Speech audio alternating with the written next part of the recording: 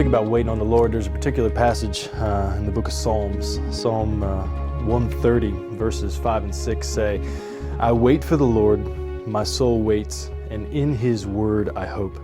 My soul waits for the Lord more than the watchman for the morning, more than the watchman for the morning.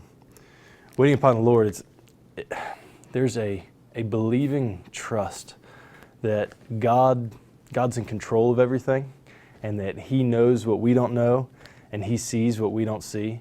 So in light of that, we can step back and say, God, your timing is going to be best. Another passage that I often refer to is 1 Peter 5:5, speaking of humbling ourselves under the mighty hand of God, that He may exalt us at the proper time.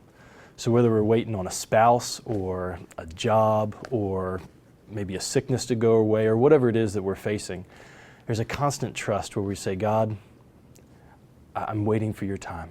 And I'm resting in you and in your sovereignty, knowing that you love your children and you care for them, and that you know when I'm ready for something and what it is that I'm ready for. So I'm gonna trust you. A lot of times while we're waiting on the Lord, say, now what do I do? Do I just sit back and just do nothing? And what I've found, and when you look through the scriptures, it seems that while we're waiting on big answers for questions that we have, let's be faithful in what it is that we do know that we're supposed to be doing. And as we do that, oftentimes I find that the Lord is answering some of our questions that we have or things that we're waiting for in that.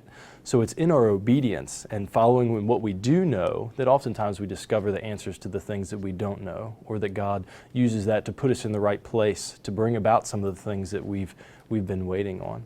So patient waiting on the Lord isn't some kind of passive thing, but it's an active engagement with what we already do know, trusting that God will guide us where He wants us.